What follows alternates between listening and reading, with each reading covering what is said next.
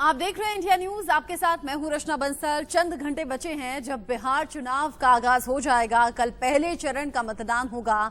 16 जिलों की 71 सीटों पर वोट डाले जाएंगे। लेकिन इस बीच दूसरे चरण के लिए लगातार चुनाव प्रचार का शोर जारी है। इस बीच बिहार में 28 अक्टूबर से पहले चरण के लिए मतदान होना है, लेकिन उससे पहले लगातार तस्वीरें सामने आ रही हैं बाकी चरणों के लिए चुनाव प्रचार की। जनता 5 सालों के लिए राज्य की गद्दी पर किस पार्टी को बैठाएगी, इसका फैसला 10 नवंबर को हो जाएगा। रिजल्ट्स का इंतजार है। हालांकि चुनाव में जनता को अपनी तरफ करने की कोशिश हर राजनीतिक पार्टी कर रही है। पुरजोर कोशिश हर तरीके से संभव यहां पर दिखाई दे रही है। इस बीच कांग्रेस अध्यक्ष सोनिया गांधी ने जनता के नाम एक वीडियो संदेश साझा किया और नीतीश सरकार पर हमला बोला। वहीं नीतीश ने तेजस्वी के बाबू साहेब वाले बयान को मुद्दा बना दिया है। गया में चुनाव को प्रभावित करने वाली साजिश नाकाम की गई है। यहां 3 जगहों पर आईडी बरामद किया गया है। इससे जुड़ा अपडेट क्या है वो भी आपको बताएंगे। लेकिन चुनावी दौर में बयानबाजी खूब चल रही है। एक दूसरे पर छींटाकशी का दौर जारी है। आरोप प्रत्यारोप चल रहा है। चिराग पासवान ने बड़ा बयान दिया, सत्ता में आते हैं तो नीतीश कुमार जेल जाएंगे। नीतीश ने बाबू साहेब वाले बयान पर तेजस्वी यादव को घेर दिया। इसी तरह का संग्राम फिलहाल सियासी संग्राम छिड़ा हुआ है। लेकिन कल का इंतजार सभी को है जब मौजूदा सरकार के 8 मंत्रियों की किस्मत दांव पर लगेगी, ईवीएम में कैद हो जाएगी। अब सरकार के तौर पर बिहार की जनता पहली पसंद किसे चुनती है, इसका इंतजार 10 नवंबर को खत्म हो जाएगा। बिहार चुनाव में मुख्यमंत्री नीतीश कुमार ने नालंदा पहुंचे, जनसभा को संबोधित किया। इस दौरान तेजस्वी और चिराग पासवान पर निशाना साधना वो बिल्कुल नहीं भूले। कुछ लोग आपस में झगड़ा पैदा करना चाहते हैं, ये बयान नीतीश कुमार ने दिया और अब सीधे तौर पर निशाना चिराग पासवान और तेजस्वी यादव। कहा उनके चक्कर में बिल्कुल मत पड़िएगा, एकजुट रहेंगे तभी बिहार का विकास संभव है। आप हमारे हैं और हम आपके हैं, हम केवल आपको नमस्ते करने आए हैं। ये तमाम बातें नीतीश कुमार ने नालंदा में चुनावी रैली को संबोधित करते हुए कही और सीधे तौर पर जो आरोप है वो तेजस्वी यादव और चिराग पासवान पर लगा दिया। कोई इधर उधर बाया दाया करने के चक्कर में हो, खूब बढ़िया से समझ लीजिएगा, आप हमारे हैं और हम आपके। हम तो सिर्फ आपको नमस्कार करने आए हैं, प्रणाम करने आए हैं और ये अनुरोध करने आए हैं कि भाई हम तो शुरू से सेवा करते रहे, आपने हमको कोई कम इज्जत दी है? सांसद तक बनाया, क्या इज्जत हमको नहीं दी है? हर प्रकार से इज्जत दी है। जो पार्टी बनाकर हमने काम करना शुरू किया उसमें कितना आप लोग सब लोगों ने सहयोग दिया, इसलिए हम इसको भूल सकते हैं? जब तक जीवित हैं हम आप लोगों के हित में काम करते रहेंगे, हमको और कुछ नहीं कहना। बिहार में जाति के आधार पर चुनाव होते आए हैं। इस बार के चुनाव में भी जाति के आधार पर वोट मांगने की कोशिश अलग अलग तरीकों से अलग अलग पार्टियों ने की है। लेकिन नीतीश कुमार मंच से कह रहे हैं एकजुट रहिए तभी बिहार का विकास हो पाएगा। और साथ ही साथ तेजस्वी यादव के बाबू साहेब वाले बयान पर भी उन्हें घेरा। आपको बताते हैं कि तेजस्वी यादव ने ऐसा क्या कहा था जिसको लेकर बवाल मच गया।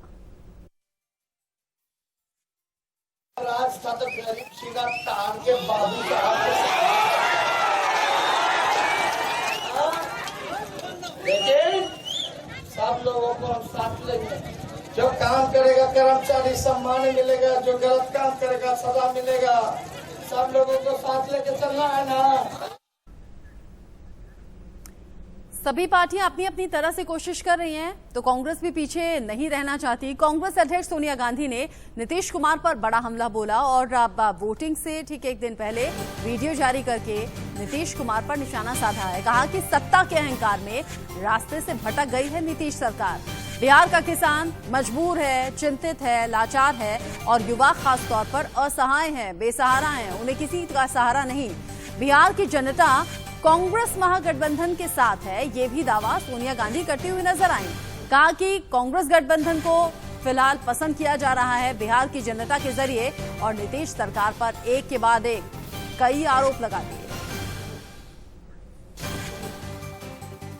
आज बिहार में सत्ता और उसके अहंकार में डूबी सरकार अपने रास्ते से अलग हट गई है।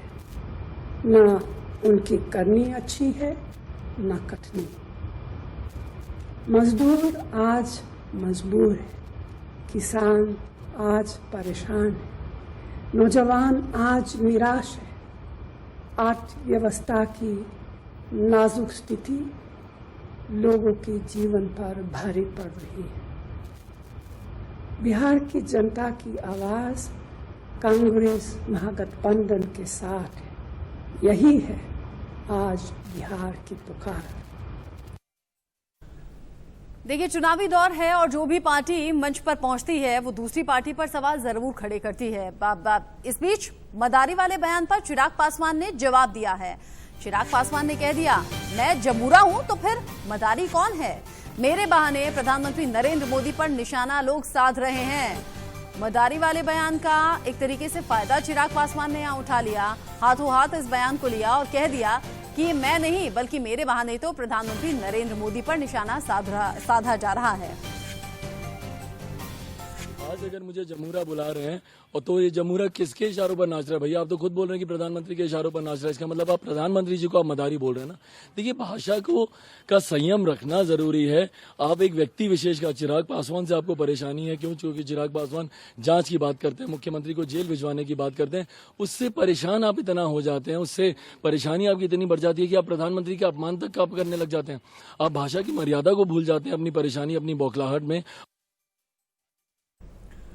इस बीच बाबू साहब वाले बयान पर तेजस्वी यादव ने सफाई दी है, जिसको लेकर नीतीश कुमार ने मंच से सवाल कर लिया था। तेजस्वी यादव ने कहा कि एसडीओ बाबू, डॉक्टर बाबू, इन शब्दों का हवाला दिया और सफाई की है। कहा कि मैं इन सब बाबुओं का जिक्र कर रहा था। भ्रष्टाचार के लिए इस शब्द का इस्तेमाल उनके जरिए हुआ, क्योंकि इसी शब्द को लेकर नीतीश कुमार ने निशाना साध दिया था। अब तेजस्वी ने कहा कि मैं जानता था कि लोग इसका मुद्दा जरूर बनाएंगे। यह हताशा है और हताशा की वजह से ही कुछ लोग इस बात का मुद्दा बना रहे हैं। आपको याद होगा, तेजस्वी यादव ने मंच से कहा था कि आप लालू यादव वाला शासनकाल याद कीजिएगा, जब छोटी जाति बड़ी जाति कुछ था ही नहीं। छोटी जाति वाले गरीब लोग भी बड़ी जाति वाले लोगों के सामने सीना तान कर चलते थे, और उसी दौरान जाति का जिक्र तो नहीं किया, लेकिन बाबू साहब जरूर बोल दिया था। इस पर अब सफाई तेजस्वी यादव ने दी है। अरे लालू जी का जब राज था तो गरीब सीना तान के बाबू साहब, लेकिन सब लोगों को हम साथ लेंगे। जो काम करेगा कर्मचारी सम्मान मिलेगा, जो गलत काम करेगा सजा मिलेगा। सब लोगों को साथ लेके चलना है ना। तो जब बाबू साहब को लेकर निशाना नीतीश कुमार ने साधा तो तेजस्वी यादव ने कह दिया कि देखिए, मैंने तो भ्रष्टाचार के नाम पर यह बयान दिया था, जाति के नाम पर मैं लोगों को बांटने की बात नहीं कर रहा।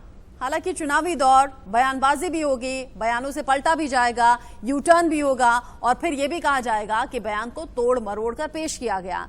लेकिन आपके लिए जानना जरूरी है, कल पहले चरण के लिए मतदान होना है। 16 जिलों की 71 सीटें हैं, जिस पर मौजूदा सरकार के 8 मंत्रियों की किस्मत दांव पर है। ये कौन कौन से मंत्री हैं, ये आप जान लीजिए। प्रेम कुमार, जो कि कृषि मंत्री हैं, गया टाउन इनकी सीट है, पार्टी है बीजेपी। ये अपनी किस्मत दांव पर आजमा रहे हैं और ऐसे में ईवीएम में किस्मत कैद जरूर होगी, लेकिन जो बिहार की जनता है वो मौजूदा काम जरूर देखेगी। अगला नाम कृष्ण नंदन वर्मा, शिक्षा मंत्री के तौर पर जिम्मेदारी संभाल रहे हैं। जहानाबाद सीट से आते हैं, जेडीयू पार्टी के नेता हैं। ऐसे में शिक्षा को लेकर क्या कुछ हुआ है, ये भी बिहार की जनता अपने दिल जहन में रखेगी और उसी के आधार पर वोट दिया जाएगा। अगले मंत्री का नाम शैलेश कुमार, जो कि ग्रामीण कार्य मंत्री हैं। अब गांव में काम कितना हुआ है कितना नहीं, जमालपुर सीट से आते हैं जेडीयू पार्टी के नेता। गांव का विकास क्या हुआ है ये हम लगातार आपको दिखा रहे हैं। कई गांव तो ऐसे हैं जहां पर बुनियादी सुविधाएं तक नहीं है, सड़क तक वहां है नहीं। अगला नाम आता है जय कुमार सिंह का, विज्ञान एवं प्रावैधिक मंत्री, जो कि दिनारा सीट से आते हैं, जेडीयू पार्टी के नेता हैं। अब विज्ञान और प्रावैधिकी में कितना विकास किया गया है, इस विभाग में क्या कुछ किया गया है बिहार की बेहतरी के लिए, इस पर भी निगाहें होंगी। परिवहन मंत्री संतोष कुमार निराला, राजपुर सीट से जेडीयू पार्टी के नेता। ऐसे में परिवहन के तौर पर क्या कुछ खास सौगात बिहार के नाम हुई हैं, ये पिछले 5 सालों का आंकड़ा जरूर बिहार की जनता अपने मन में रखेगी, जहन में रखेगी। राजस्व मंत्री के तौर पर जिम्मेदारी संभाल रहे हैं राम नारायण मंडल, जो कि बांका सीट से आते हैं, बीजेपी पार्टी के नेता हैं। ये तमाम वो मंत्री हैं, ये तमाम वो बड़े नाम हैं जो पहले चरण में ईवीएम में इनकी किस्मत कैद हो जाएगी और अब तक का जो कुछ काम है उसका लेखा जोखा बिहार की जनता अपने जहन में रखने वाली है। काम के आधार पर वोट करेगी बिहार की जनता, क्योंकि इंडिया न्यूज की टीम जहां जहां पहुंच रही है वहां ज्यादातर आवाज है परिवर्तन हमें चाहिए, विकास कुछ हुआ नहीं। जबकि सुशासन बाबू कहते हैं कि विकास के आधार पर ही बिहार की जनता वोट देगी। और साथ ही साथ एनडीए के बड़े नेता तो ये भी कह रहे हैं कि नीतीश कुमार को अगला मुख्यमंत्री बिहार की जनता चुन चुकी है। हालांकि 10 नवंबर तक साफ हो जाएगा किसके दावों में कितनी सच्चाई है। आगे बढ़ते हुए जो बड़ी खबर है वो गया से इस वक्त मिल रही है, जहां पर इमामगंज विधानसभा क्षेत्र में आईईडी बरामद किया गया है। 3 जगहों से आईईडी बरामद हुआ है। आप समझिए कि चुनावी मौसम और ऐसे में आईईडी ज्यादा मात्रा में बरामद होना मतलब नापाक इरादे से रखा गया था, जरूर किसी बड़ी घटना को अंजाम देना था। चुनावों को प्रभावित करने की भी साजिश इसके पीछे बताई जा रही है। मंजरी, परसाचुआ और आंजन के पास ये आईईडी बरामद हुआ है। तस्वीरें हम आपको दिखा रहे हैं। इस आईडी को बरामद करने के बाद अब लगातार जो सुरक्षा एजेंसियां हैं वो भी इस पर निगाहें बनाए हुए हैं। पुलिस और ज्यादा सतर्क हो गई है। सुरक्षा बलों को और ज्यादा जिम्मेदारी यहां पर सौंपी गई है, क्योंकि सुरक्षा बंदोबस्त के बीच में शांतिपूर्ण तरीके से चुनाव संपन्न कराना एक अलग चुनौती रहेगी। ऐसे में 3 जगह से इमामगंज विधानसभा क्षेत्र में 3 जगहों से आईडी बरामद किया गया है। आईडी बरामद करने के बाद आगे अब जांच इस सिलसिले में बढ़ाई जा रही है कि आखिर किसके जरिए यहां पर आईडी इतनी ज्यादा मात्रा में रखा गया था और कहां दुर्घटना के को अंजाम देने के लिए ये आईडी यहां पर रखा गया था। जाहिर तौर पर चुनाव को प्रभावित करने के इरादे से ही यहां पर कुछ असामाजिक तत्व भी इसके पीछे हो सकते हैं। हो सकता है किसी ने जानबूझकर चुनावों को प्रभावित करने के इरादे से आईडी यहां पर लाया हो। ये तमाम ऐसी बातें हैं, ये तमाम ऐसे पहलू हैं जिन पर जांच लगातार चल रही है। 16 जिलों की 71 सीटों पर वोटिंग कल होगी और ऐसे में उससे ठीक पहले आईडी का मिलना चिंताएं भी खड़ा करता है, चुनौती को भी और बढ़ाता है। और जैसे कि हम बार बार कह रहे हैं कि बिहार में कल का दिन चुनावी बिगुल बज चुका है और आगाज चुनाव का हो चुका है। कल 16 जिलों की 71 सीटों के लिए मतदान होगा और नीतीश कुमार के 8 मंत्रियों की साख दांव पर होगी। एक एक करके हमने उनका जिक्र भी किया, जिम्मेदारी भी बताई, विभाग भी बताया। मांझी, श्रेयसी, अनंत, ये तमाम वो बड़े दिग्गज हैं जिनकी किस्मत ईवीएम में कैद हो जाएगी।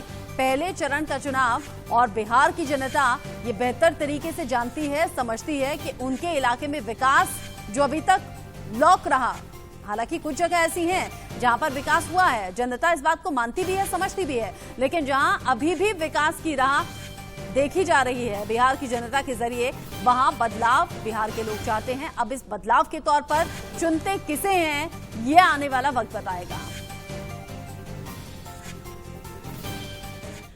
शेरघाटी से 8 किलोमीटर दूर एक गांव में हमारे रिपोर्टर राकेश कुमार सिंह पहुंचे, क्योंकि इंडिया न्यूज की टीम लगातार ग्राउंड जीरो पर लोगों से बात कर रही है, उनके मन को टटोल रही है, उनकी राय जानने की कोशिश कर रही है। राकेश कुमार सिंह की बातचीत में क्या बोल रही है बिहार की जनता, ये आप सुनिए। गांव में हूं, गांव का ये दृश्य देखिए। लेकिन जहां तक मुद्दों की बात है, चाहे बीजेपी के राष्ट्रीय अध्यक्ष हों, बीजेपी के नेता हों, जो लगातार बीजेपी के राष्ट्रीय अध्यक्ष और कल कानून मंत्री रविशंकर प्रसाद नीतीश कुमार की सरकार की उपलब्धियों को नहीं गिना रहे थे, वे सीधे तौर पर जो मोदी सरकार की उपलब्धियां थी उसको गिना रहे थे। राहुल गांधी नीतीश कुमार पर हमला कर रहे हैं, साथ ही साथ जो तेजस्वी की बात करें, तेजस्वी जो है नीतीश कुमार सरकार की जो गलत नीतियां हैं उसको लेकर उभार रहे हैं। ये बताइए कि नीतीश सरकार की जो नीतियां हैं उसको लगातार जो हैं तेजस्वी अटैक कर रहे हैं। जी, चूंकि नीतीश जी लगातार विकास कर रहे हैं, वो तो कहीं विकास किया नहीं। तेजस्वी जी के पिताजी, उनके कार्यकाल में कहीं विकास तो हुआ नहीं। लेकिन अब मौका नहीं मिलना चाहिए तेजस्वी को? नहीं, दोनों का विचारधारा में बिल्कुल समानता है। लालू जी है, उनके बेटे तेजस्वी का हो, दोनों में समानता है। हमारा गांव या तो फिर हमारे समाज का हमेशा विचारधारा भाजपा या फिर अलायंस पार्टी जो भी जेडीयू है इनसे मिलता जुलता है, लेकिन हमारे जैसे 10% आरक्षण का बात आता तो उसके विपक्ष में। आप बताइए, यहाँ पर लगता है कोई विकास हुआ? कोई विकास अभी बिहार में विकास ही विकास हुआ है 10 सालों में। तो हर जगह रोड बनी है, हर जगह नाले बने हैं, हर जगह जल योजना जो चली है गांव गांव तक पहुंच गई है। सड़क देखिए, साफ तौर पर लोगों का कहना है कि सड़क जो है गांव-गांव तक पहुंच चुकी है। ये बताइए, आप युवा हैं, क्या यहाँ परेशानी है? सर सबसे पहले तो युवा लोग का मेन मुद्दा है वो बेरोजगारी का है। ठीक है, बेरोजगारी का, क्योंकि देखिए आप 15 साल से नीतीश जी हैं, उससे पहले 15 साल वो हुए, पर बेरोजगारी वैसे के वैसे हैं। ज्यादातर माइग्रेट हो गए, दूसरे राज्य में जाकर काम करते हैं। इस बार आपने देखा ही होगा कोरोना में क्या हाल था बिहार का। तो हम ये कहेंगे कि रोजगार जो दे, पर इस बार तेजस्वी जी बोल रहे हैं 10 लाख देंगे रोजगार, पर ये बताइए जो 10वीं फेल खुद है वो कैसे सबको रोजगार देंगे? पहली बात, क्योंकि खुद अप्लाई नहीं कर सकते हैं। अप्लाई नहीं कर सकते। क्या मानते हैं, तेजस्वी जो कर रहे हैं 10 लाख का, नौकरी देंगे? ये झूठा जुमला है सर, सिर्फ। हाँ, ये सब जो बोलते हैं कर रहे हैं, कुछ नहीं करेंगे, कुछ नहीं। क्या तेजस्वी की बातों पर भरोसा है? जी पूरा भरोसा है तेजस्वी के बातों पे हमें। हाँ। 10 लाख नौकरी मिलेगी? हाँ, नौकरी मिलेगी। हाँ, वो सीएम बनेंगे तो नौकरी मिलेगी। लेकिन सीधे तौर पर जो बीजेपी लगातार आरोप लगा रही है कि अपने पोस्टर पर जो लालू प्रसाद यादव और राबड़ी देवी के फोटो नहीं लगा रहे हैं। हाँ, वो तो नहीं, उनका अपना नीति है, नहीं लगा। लगता है कि जो जंगल राज था उसको तरोताजा नहीं होना नहीं होना चाहते हैं। वो सोचते हैं कि अपने आप पे बदौलत तो हम कुछ करें अपने। ये एक चीज ये बताइए, क्या आपको लगता है कि तेजस्वी या नीतीश, दोनों में से कौन अच्छा है? नीतीश जी। नीतीश। ये कुछ और युवा हैं, आप बताइए, तेजस्वी और नीतीश में से कौन अच्छा है? तेजस्वी अच्छे हैं। इस क्या चाहिए आपको? इस बार बहुत उम्मीदें लेकर आए हो। क्या लेकर आए हैं? रोजगार के क्षेत्र में हो, चाहे बहुत चीज में हो, इस बार बदलाव के मूड में हम लोग हैं। बदलाव के मूड में हैं।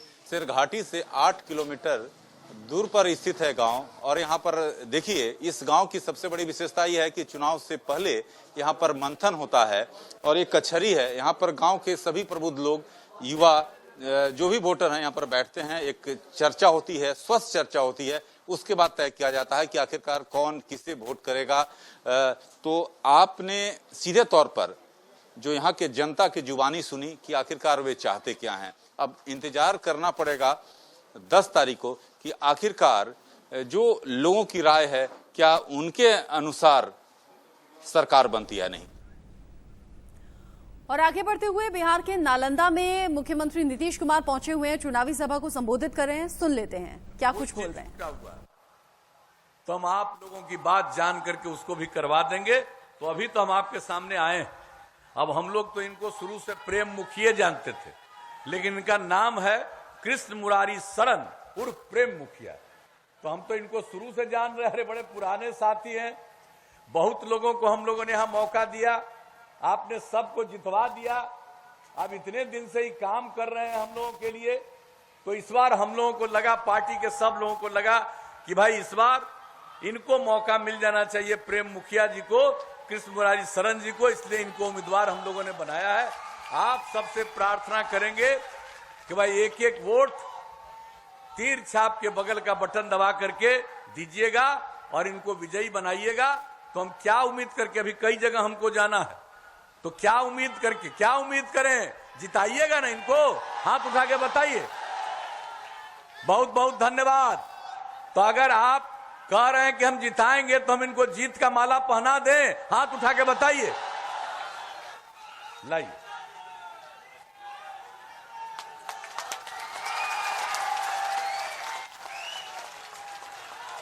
तो आपकी सहमति से हमने इनको जीत का माला पहना दिया। अब 3 तारीख को वोट है, एक एक वोट इनको दे करके भारी मतों से विजयी बनाइएगा। हमारी बहनें यहां बैठी हैं, उनसे हम यही आग्रह करेंगे, सब दिन से कहें 3 तारीख को पहले जाके वोट दीजिएगा, तब खाना बनाइएगा। पहले मतदान फिर जलपान, पहले वोट दिलाइएगा तब खाना बनाइएगा, खाइएगा।